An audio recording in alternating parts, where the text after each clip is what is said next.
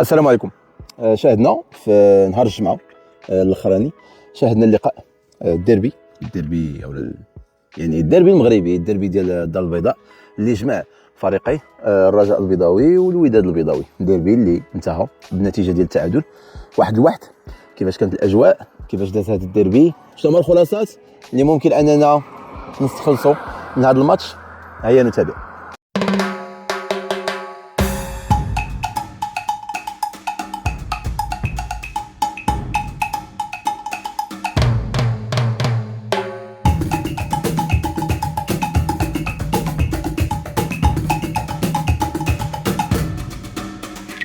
وللاسف ديربي كان عنوانه التلوث البصري، يعني الديربي ديال الدار البيضاء فقد هذه شحال فقد القيمه ديالو، وهذا الشيء غادي هو تيترسخ سنه ورا سنه. سيرتو انه الماتش ولا كيتلعب ويكلو بدون جمهور، كل مره بشي سبه في شكل. بحال دابا هذه المره كانوا كيقولوا ان كانوا زعما باغيين الفرقه اللي تستقبل هي اللي تاخذ يعني المداخل ديال اللقاء.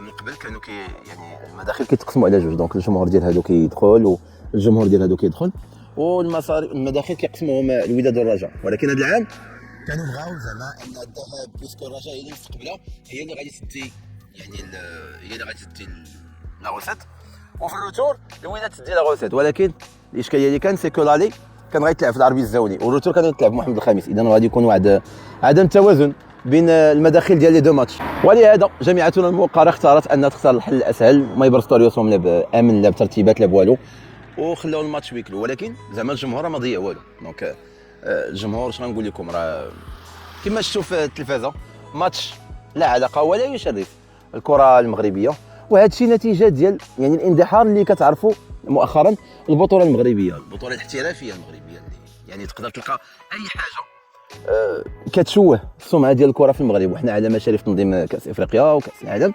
فتقدر تلقى الزبال، تقدر تلقى كراسه ديال العزو، تقدر تلقى دي فويت ديال الماء، تقدر تلقى السبان. واخا كان التيران خاوي، فكانوا شكون اللي كان حاضر؟ يعني يلاه كانوا حاضرين المسؤولين ديال الفريقين، والمسؤولين ديال الفريقين تبارك الله يعني التصفار والغوات والهيراله.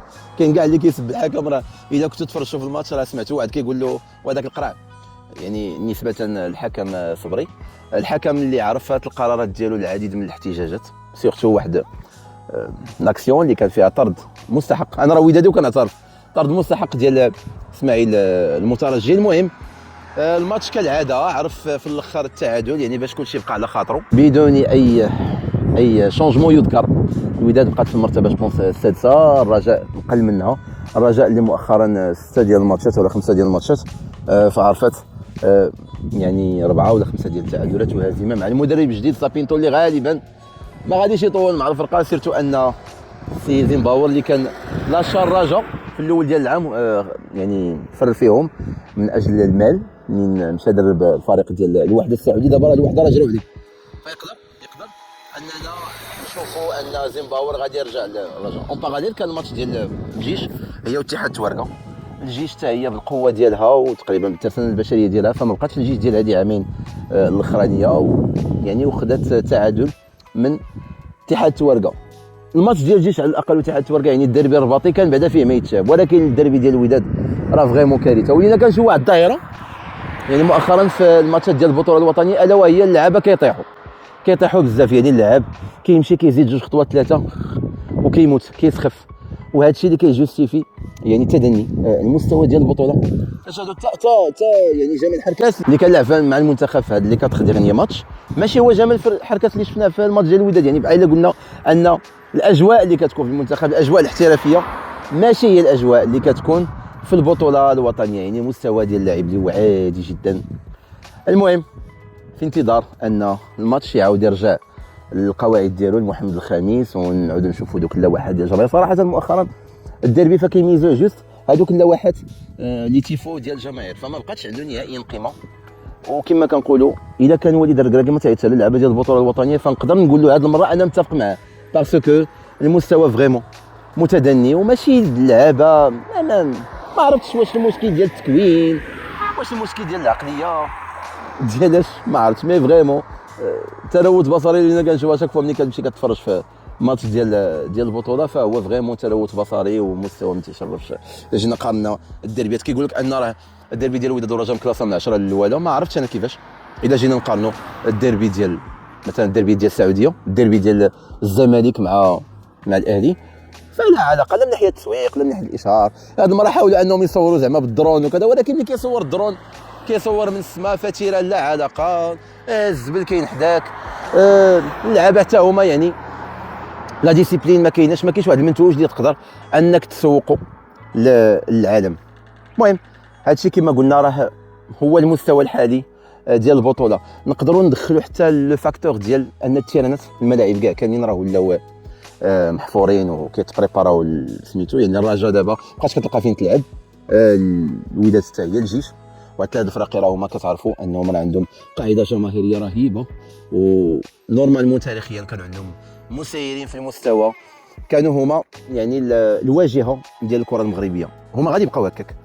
حاليا كاين نقدروا نقولوا كبوه، وكما قلنا نتمنوا ان في 2025 تكون اقلاعه جديده لكره القدم المغربيه، وان هاد الفراقي يلقاو يعني بلاصتهم فين يحطوا رجلهم كما موالفين.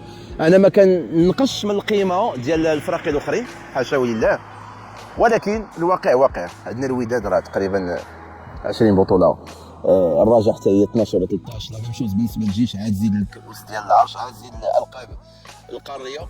فاكيد ان هاد الفراقي دائما كيبقاو هما الطوب، ونتمنوا ان الفراقي الاخرين حتى هما يتقدوا معاهم. هذا العام كنشوف ان جميع الظروف مهيئه باش النهضه البركانيه تدي البطوله لاول مره. واش الوداد يعني بالموسم الانتقالات الاسطوري اللي دارتو هذا العام واش غيتقدر ان تدارك هاد لي فويت ديال لي بوان اللي مشاو ليها؟ واش الرجاء يعني غادي تقدر انها سيرتو ان دابا هادشي غيتزامن مع الماتشات ديال الشامبيونز ليغ، واش الرجاء غادي تقدر انها تستدرك؟ واش الجيش حتى هو غادي يقدر انه يلحق النهضه البركانيه؟ اول مره غادي ندير تحليل ديال الماتشات ديال البطوله، واخا صراحه ما كنلقاش ما يتقال بزاف، فنتمناو خير.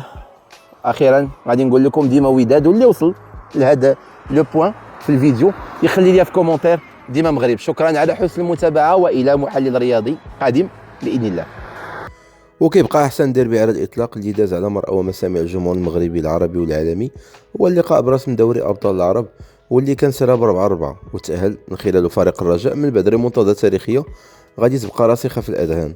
وايضا اطلاله سريعه على تشكيله الفريقين انذاك غادي نلقاو فرق شاسع من ناحيه ثقل الاسماء وايضا جودتها وقيمتها الفنيه، ولهذا من الاحسن نبقاو عايشين على الذكرى ولا اننا نتفرجوا في المستوى المخجل الحالي.